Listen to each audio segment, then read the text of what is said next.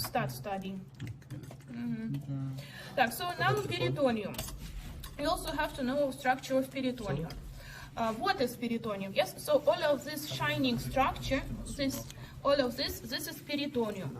Peritoneum is a serous covering that lines walls of abdominal cavity and internal organs which are located in the abdominal cavity. This is peritoneum. You have to know the definition once again. Peritoneum is a serous membrane that covers internal surface of abdominal walls and internal organs which are located in the abdominal cavity. So actually peritoneum is non-interrupted, yes? Like it is one layer continues to another layer, but conditionally we distinguish two layers of peritoneum in places where peritoneum covers walls. We call it parietal peritoneum. Parius means wall, yes, in Latin. Parius wall, that is parietal peritoneum. And in place where peritoneum continues to the internal organs, we call it visceral peritoneum. Viscera means internal organs, yes? And so between parietal and visceral peritoneum, when cavity is closed, yes, there is a cavity, peritoneal cavity, cavitas peritonei. It is like a space, very like fissure-like space between visceral and parietal peritoneum that is filled in with serous fluid. Why do we need this serous fluid? Why? Yes. Why? To prevent friction, yes. Because all the intestines, they perform peristalsis, so they always move in relation to each other, yes. And this liquid, it provides like gliding, sliding of one organ around in another organ. So this is peritoneal cavity. You also have to know that this is peritoneal cavity, and peritoneal cavity in males does not contain any organ. In females, we'll study it later, it contains ovary. It's like an exception. An inferiorly bipelvic inlet or terminal line. We have to know the terminal line. We studied it in osteology. Yes, so you have to revise it. How it is formed. It doesn't contain ovary. What? It's a peritoneum. It does contain ovary. It doesn't contain ovary. It does. Sure. We'll discuss it later. It does. It is the only organ, ovary, that is located intracavum peritonei, inside peritoneal cavity. It is the only organ. It's located inside, but it doesn't covered by. It's not covered. Yes, right. Okay. But it is inside peritoneal cavity. So abdominal cavity is bounded superiorly by the diaphragm and inferiorly by the pelvic inlet. Yes. So anteriorly it is anterior abdominal wall, posterior, laterally lateral, and so abdominal cavity contains many organs such as liver, stomach, intestines, yes, and so on.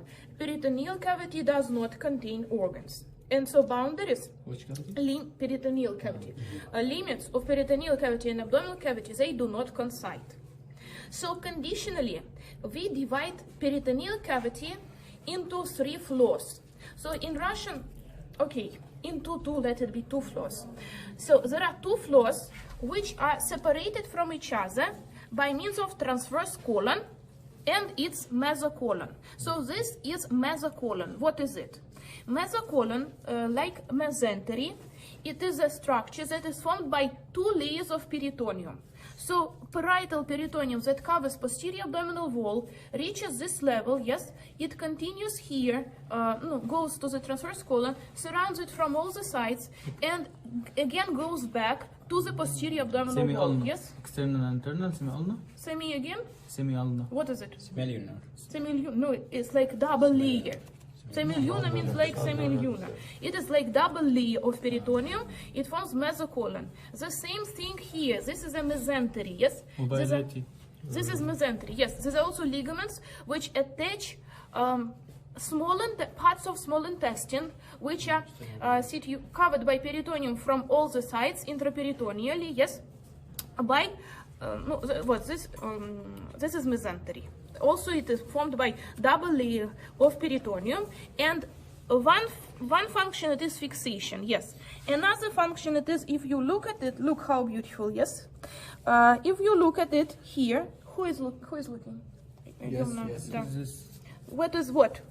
These are vessels. So these are vessels. You see, these are arcades of the vessels, and there are just like stones these are like, no, this is, I think, like lymphoid, maybe tissue. We are interested in this. This is, yes, I think, lymphoid tissue. And these are vessels, you see, to provide constant blood supply to the loops of intestines, because every time there is peristalsis, something is constricted, something is dilated. There are very many connections between blood vessels and anastomosis. So, like arches, yes, these structures, so this nerves and blood vessels, they pass between two layers of mesentery and the mesocolon, yes, and they reach this small intestine and large intestine. What? Okay, so yes, conditionally we divide peritoneal cavity into two floors, so or stories. A superior story or superior floor is bounded superiorly by parietal peritoneum that covers diaphragm from inferior side, this is, and inferiorly it is transverse colon and its mesocolon. This is superior story. Then inferior is between transverse colon and mesocolon up to the pelvic inlet. And separately we study peritoneum in the pelvic cavity, because it has like sexual differences. Yes, it is different in males and females. So let's first start with superior floor. Yes, superior story. Here it is.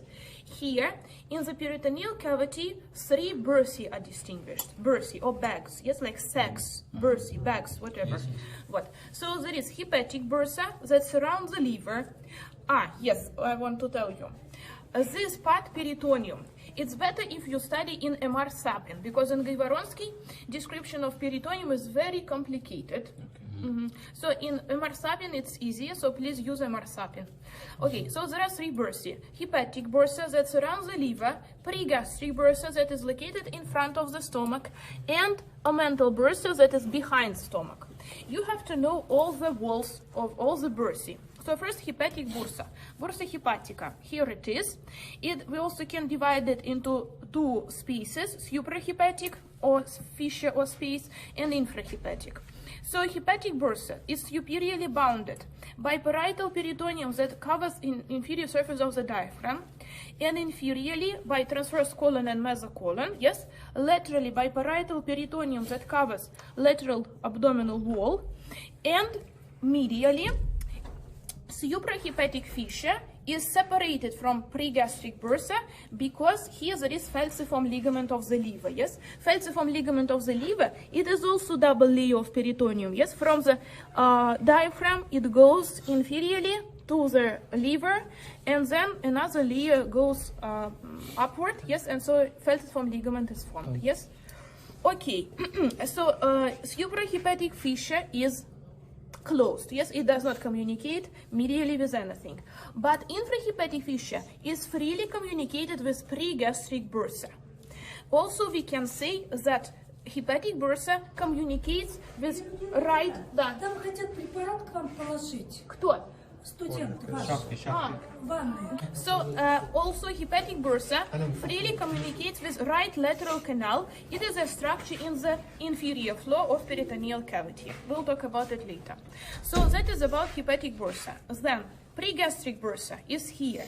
Pregastric bursa is located in front of the anterior surface of the stomach. Yes, pregastric. Pre means in front, gaster means stomach. Yes, so it is the bursa that is located in front of the stomach.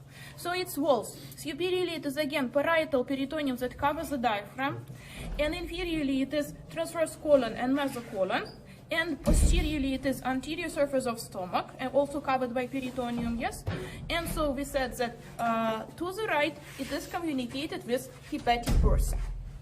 And then Omentum. Omental bursa.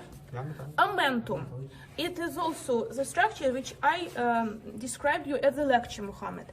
It is a derivative of peritoneum, this is structure that starts from greater and lesser curvatures of stomach. Like it had to be this way, actually, like that. Yes. So from the greater curvature, greater omentum starts. That's it, greater omentum, and so it starts from the greater curvature of stomach.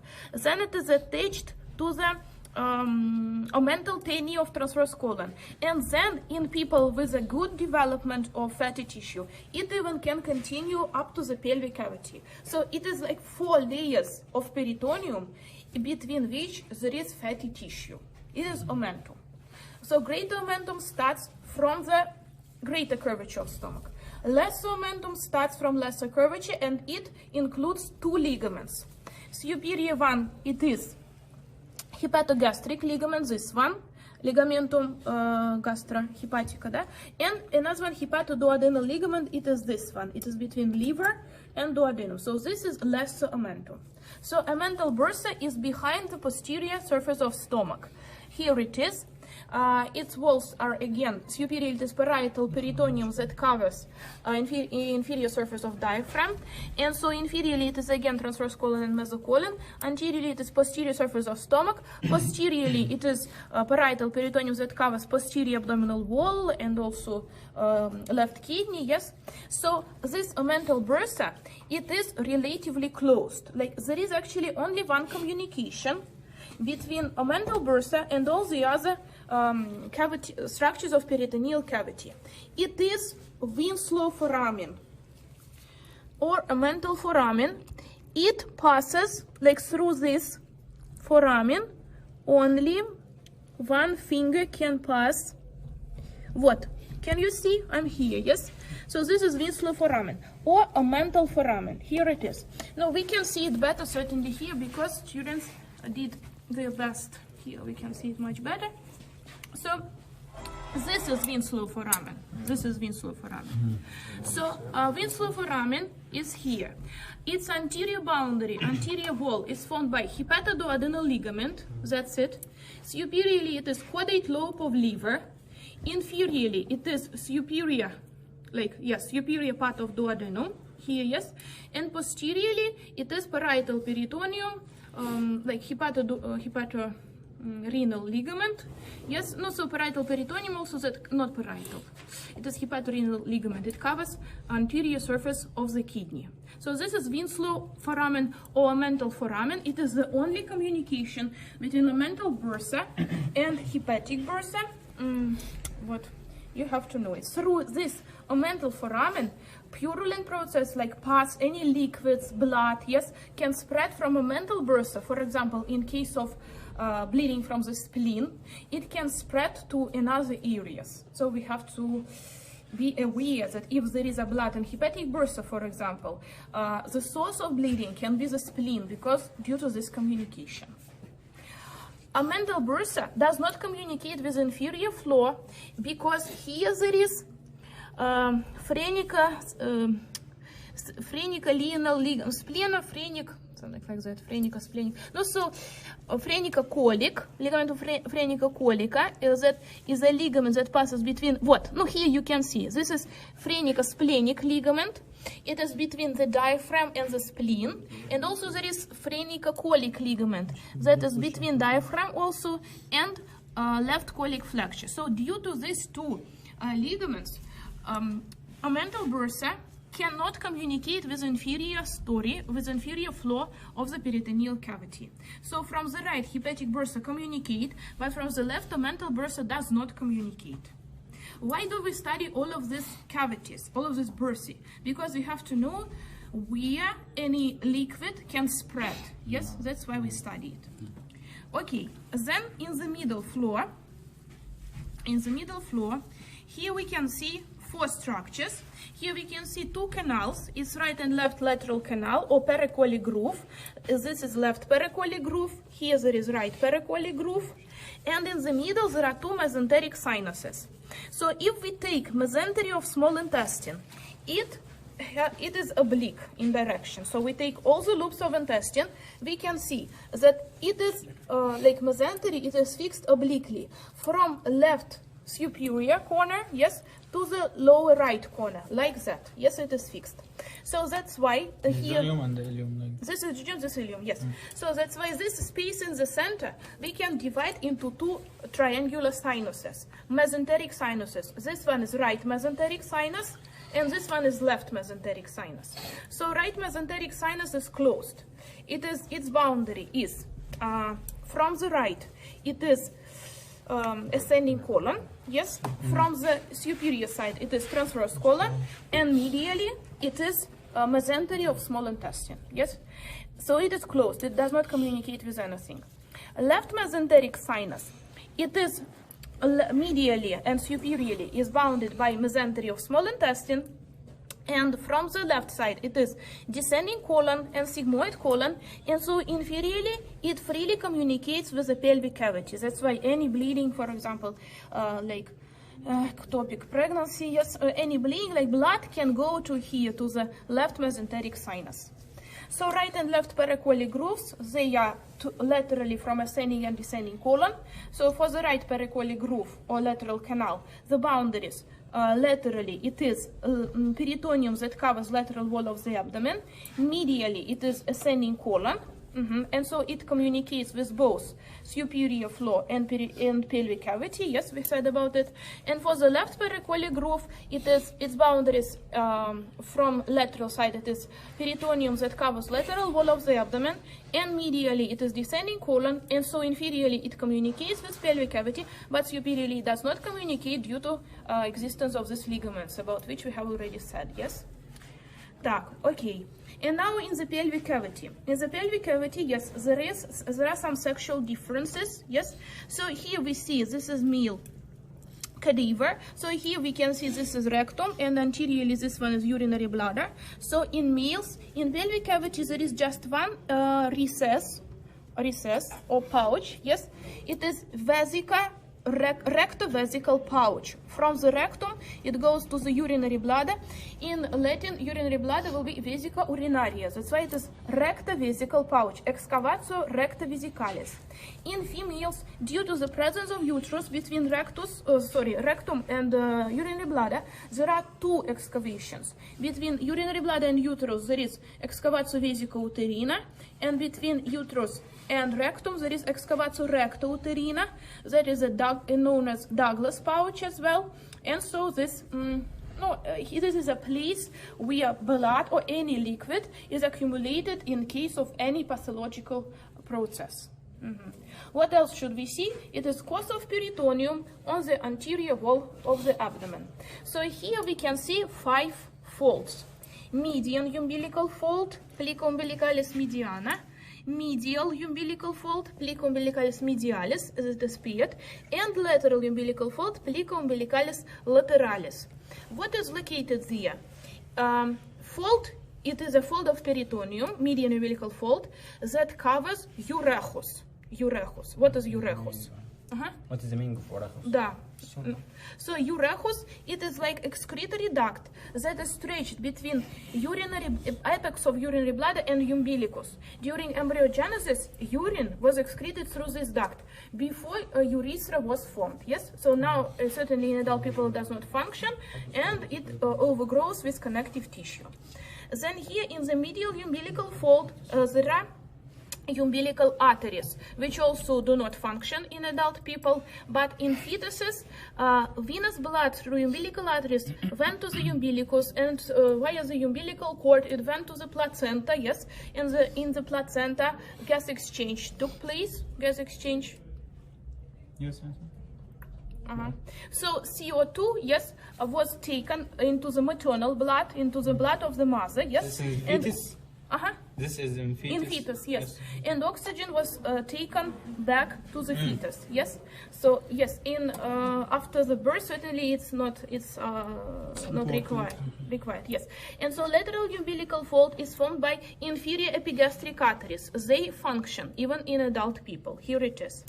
Between median and medial umbilical folds, there is supravesical fossa, fossa supravesicalis. Between medial and lateral umbilical folds, there is medial inguinal fossa, where superficial inguinal ring is projected. Superficial inguinal ring is projected. No, so here. And laterally from lateral umbilical folds, there is lateral inguinal fossa, where deep inguinal ring is projected. So here is deep inguinal ring. So please also revise structure of inguinal canal. Yes? Так. Inguinal. Да. Так. Okay, now please take your seats. No, пожалуйста. Да. What is the name of this ligament? Falciform ligament. So what's the difference between this ligament and the coronary ligament? Coronary ligament is oriented in the frontal plane. There it is. And it is This one is coronary ligament, this one. Okay. And this one is falciform ligament. And this one, broad ligament? Round. No, round, yes, round ligament starts, this one is round ligament. So with what attached? Uh-huh. With which part it's attached? Superiorly? With which part? It is the umbilical vein. It was the umbilical vein. Ah, okay. It is, here it is attached to the umbilicus. So the abdominal cavity, yes. So we draw diaphragm, and this is anterior abdominal wall. And here there is pubic symphysis, yes. And so here there is urinary bladder, this urinary bladder, and here there will be rectum. And let's also draw the liver, yes, liver. And then here there will be stomach. And what else do we need? No, so yes, let it be transverse colon here.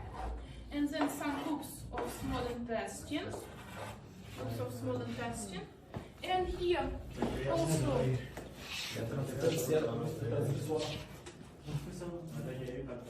And pancreas? And pancreas, yes. And pancreas. What about spleen? Nice question. This is median section. Spleen is not pass through the median section. About which section, right? We're talking about median, like through the middle, like that. Okay. That's why we don't need the spleen. So okay, this is liver, this is stomach, yes, this is transverse colon, this is small intestine, and this is urinary bladder, and this is rectum, and this is also small intestine, and this is small intestine. So I told you, yes, that actually peritoneum is membrane that does not interrupt, yes, but in place where it covers walls, it is known as parietal peritoneum, and in places where it covers organs, it is visceral peritoneum. That's clear, yes, that this is vertebral column. Vertebral column. Where is the pancreas? This is pancreas. This is pancreas. Okay, so let's start. We'll start with the diaphragm. So parietal peritoneum covers the diaphragm, yes? And when it reaches the liver, it goes and it forms what actually we were wrong. It is not falciform ligament. It is coronary ligament because it is sagittal section. We cannot see falciform ligament because it is also oriented in sagittal plane. This is coronary ligament. This one.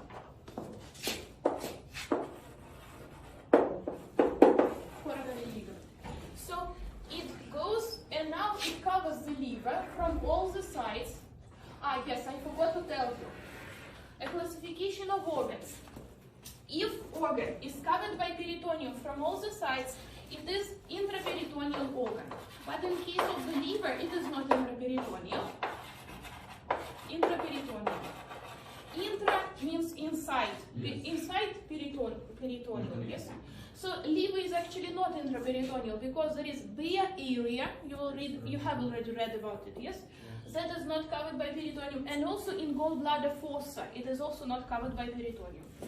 So after that, from the liver, peritoneum goes to the stomach. And here it forms hepatogastric ligament. Hepatogastric ligament. From the liver to the stomach, it is hepatogastric. And it is actually part of lesser omentum. Lesser omentum. So then it covers stomach from all the sides. And then it forms greater omentum.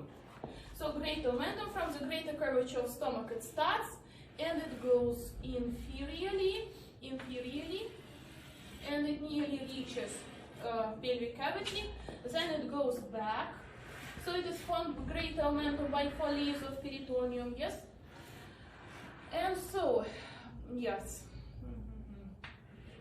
So one part of it, like one layer of it, goes and continues to the posterior abdominal wall and continues as parietal peritoneum, yes, of posterior abdominal wall. No, it's not quite beautiful. Do it in the other way. So small intestine will be here. Okay, the other layer of the greater omentum also goes upward,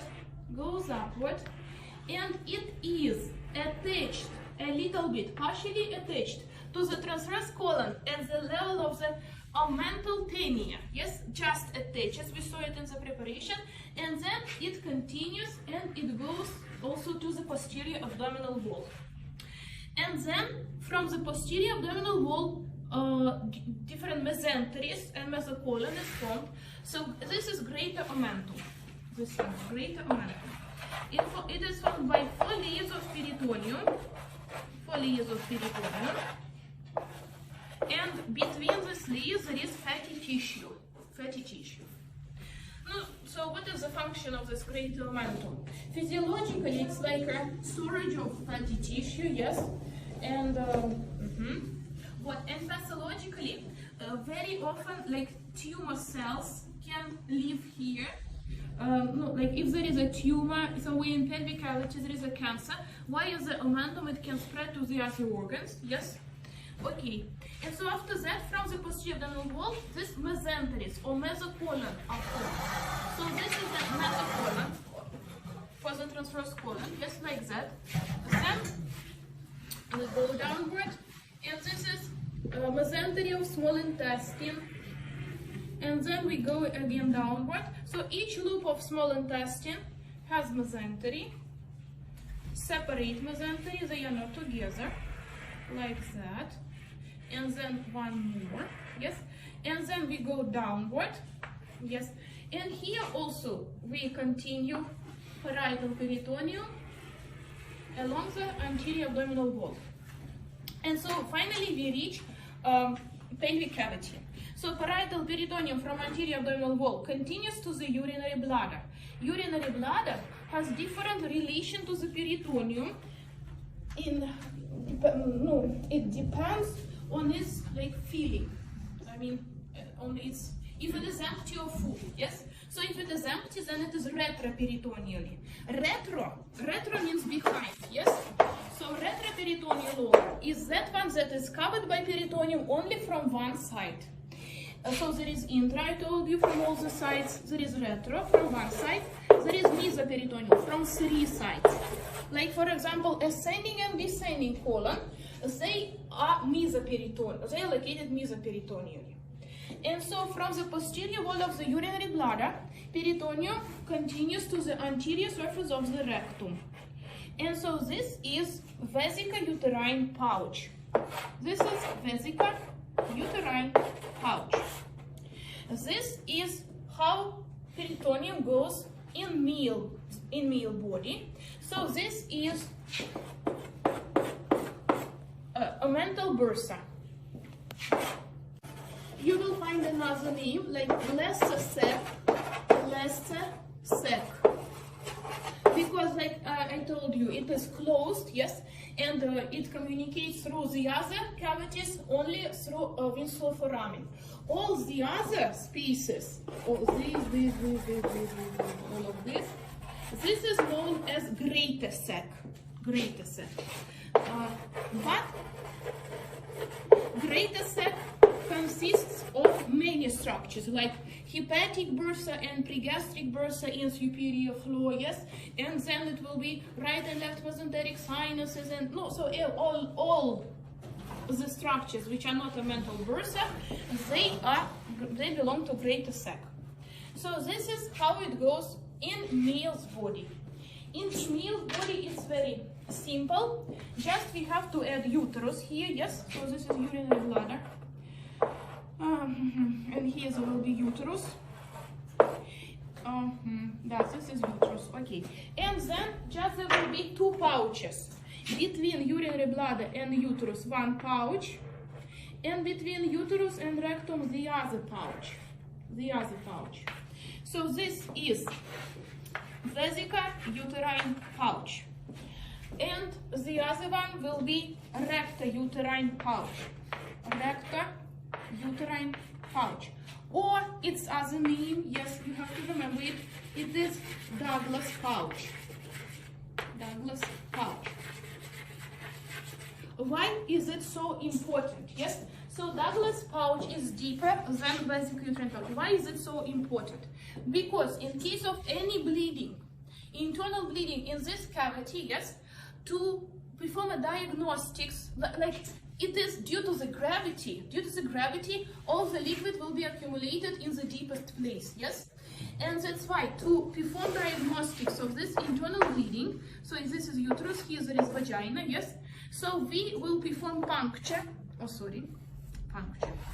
what into this Douglas pouch, through this Douglas pouch, and along the needle, if there is a blood here, then along the needle, the blood will be evacuated outside. So that's how it goes in females. Yes, one more difference between male and female course of peritoneum is that in males, the peritoneal cavity is closed, yes? In females, it communicates with the external environment through the uterine tubes, and then uterine cavity, and then vagina, and so on. And so we'll talk about it when we study urogenital apparatus. Any questions? But doctor, it's the liver, you said that it's not intraperitoneal. Yes. Why? Because particularly in this medial section, once again I'm telling you, it is not like, yes, okay, we can do it like that. Like this is bare area. If to be more precise, let's do it like that. So here, yes, this place is not covered by a peritoneum. So now it is mesoperitoneum. The small intestine also intraperitoneal. Yes, mesenteric part of small intestine, that includes jejunum and ileum, it is intraperitoneal. Yes, they are located intraperitoneally. Doctor, so about what you drew in here, Yeah. all of that is peritoneum, but it's different name because it's a different location, yes? Yes. So about the mesentery, you didn't draw it. How? These are mesentery. This is mesocolon. This is mesocolon.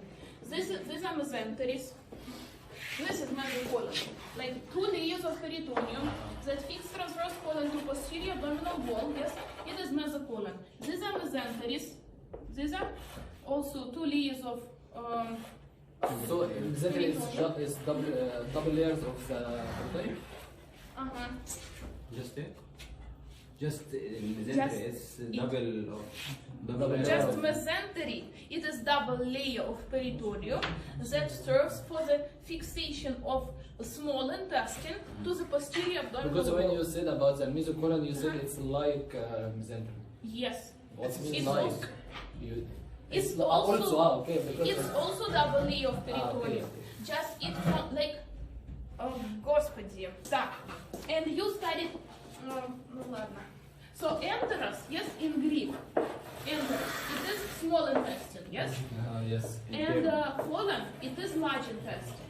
So and what this mesentery, it is double layer of peritoneum that fixes small intestine, yes, and so mesocolon, it is that part that fixes large intestine, yes. In sigmoid colon, it has another name. It is known as mesosigma, but still it is double layer of peritoneum. We do not draw sigmoid colon here because it doesn't pass through the midline, yes, but there is mesosigma. When we study again urogenital apparatus, yes, we will have mesosalpinx. It is again double layer of peritoneum that fixes uterine tubes. So just meso, it means that it is double layer of peritoneum that fixes something. Yes? So about the greater sac, it's like cavity. Yes, it's like cavity. That's the sac is also cavity. It is a mental bursa. Doctor, small intestine in Greek interum. Да. You said enterus. Oh my. Yes, sorry. No, no. Да, да. بقولها هي انترم. Any other notifications? حرف واحد بس.